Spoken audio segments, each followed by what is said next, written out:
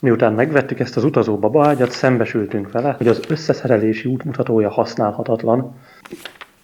Betűkkel hivatkozik az alkatrészekre, csak éppen se az alkatrészeken, se sehol máshol nincs jelölve, hogy melyik alkatrészhez melyik betű tartozik. Az apró fekete-fehér képek némelyikének meg olyan botrányos a minősége, hogy azokon gyakran lehetetlen beazonosítani, hogy az ágy mely részét kéne látnunk rajta. Ezért úgy gondoltam, hogy forgatok magunknak egy összeszerelési útmutatót, de hát ha másnak is hasznára válik, kiteszem ide mindenkinek. Ez az összefogó darab még kelleni fog, mert ez egyúttal az ágy matraca is. Arra kell figyelni, hogy itt a közepe könnyen leesik, és ha ez megtörténik, utána már a korlátok nem kattannak be a helyükre.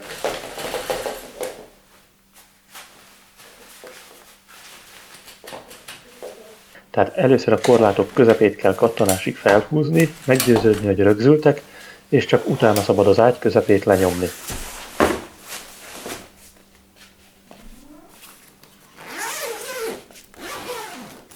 A matracon lévő tépőzárat ezen a lyukon átbújtatva azt az ágy aljához lehet rögzíteni.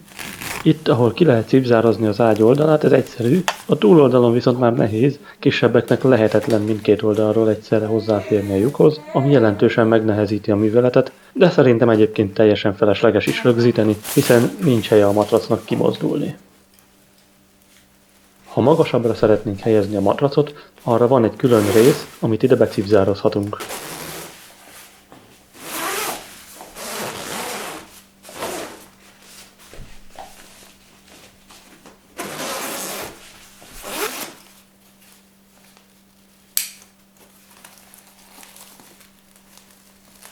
Ennek merevítésére ezek az egyenes, egymásba illeszkedő rudak szolgálnak, azonban ezeket először kell az anyagon található zsebekbe, és csak utána egymásba illeszteni.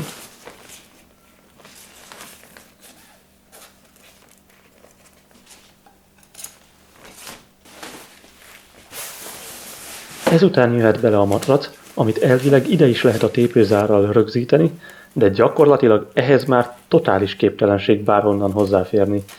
Ezt lehet úgy orvosolni, hogy az ágyon kívül rakjuk össze az egész megemelő részt, és utána próbáljuk becipzározni, ekkor viszont az összeállítás súlya és merevsége miatt a cipzárral fogunk szenvedni. Szerintem a matrac rögzítését itt is nyugodtan lehet anyagolni.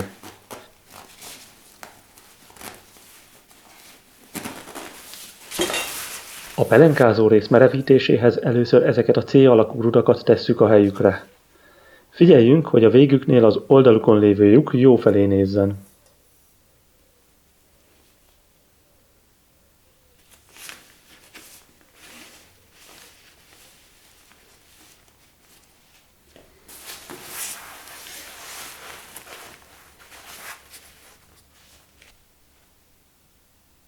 Ezután jönnek ezek a rudak, amelyek elhelyezésénél arra kell figyelni, hogy amikor a rúdnak ezeket a lehajló végeit pontosan lefele fordítjuk, akkor a rögzítő elemek befele nézzenek.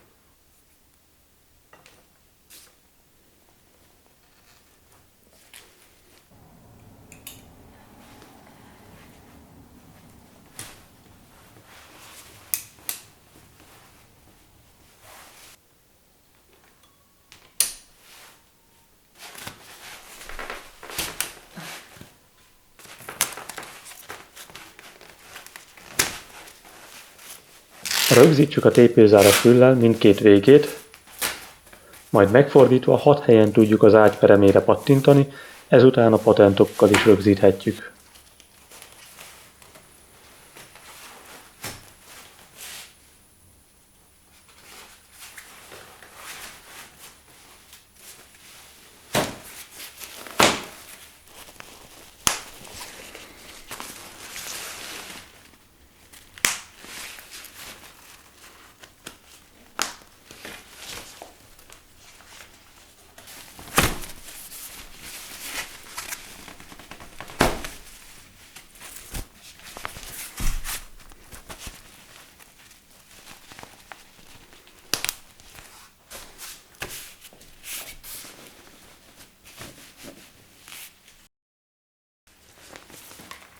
A kupola felhelyezése végtelenül egyszerű és magától értetődő, Csak a teljesség kedvéért mutatom meg gyorsan.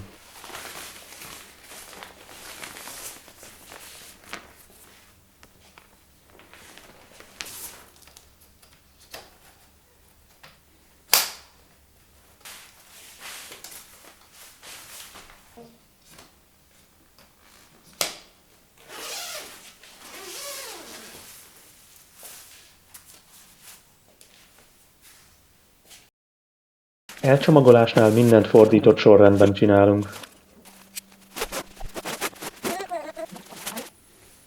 Amire figyelni kell, hogy ezeknek a perem szövete mögé rejtett kioldó gomboknak 2 rögzítési pontot kell oldaniuk úgy, hogy a gomb mindkét oldalán megtörjön a korlát. Könnyen megesik, hogy csak az egyik oldódik, ha csak félig sikerül összecsukni az ágyat, akkor erre gyanakodjunk.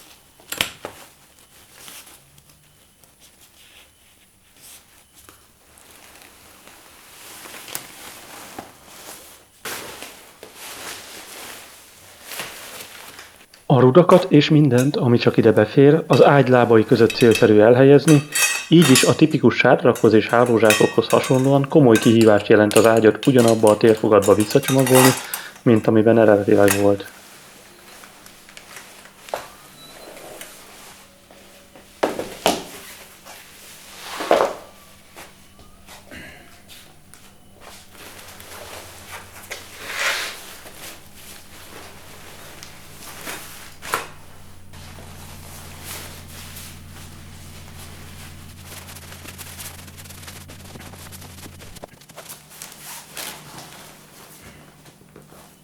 A matracon ezt a fület ne használjuk az összehúzáshoz, ilyen irányú terheléstől leszakad.